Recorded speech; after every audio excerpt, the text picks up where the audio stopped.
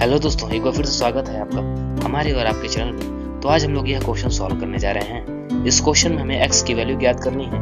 अगर आप यह क्वेश्चन सॉल्व कर सकते हैं तो सॉल्व कीजिए और अपना आंसर कमेंट कीजिए। 3 की पावर x को 3 इंटू 3 की पावर x-1 में तोड़ देंगे, क्योंकि अगर बेस सेम हो तो पावर ऐड हो जाती है। यहाँ से 3 की पावर x-1 को कॉमन ले लेंगे तो ब्रैकेट के अंदर बचेगा 3 - 1। उसके बाद इसको सॉल्व करेंगे और सॉल्व करने के बाद 3 की power x-1 is equal to 243 हो जाएगा। 243 को 3 की पावर 5 लिखा जा सकता है। अगर बेस सेम हो तो पावर इक्वल कर देंगे, यानी कि x-1 इज इक्वल टू 5। 1 को दूसरी तरफ ले जाएंगे तो x की वैल्यू आएगी x इज इक्वल टू 6 और यही हमारा आंसर होगा। अगर आपको वीडियो अच्छा लगा तो प्लीज़ वीडियो को लाइक कीजिए और चैनल को सब्सक्राइब कर लीजिए। Thank you.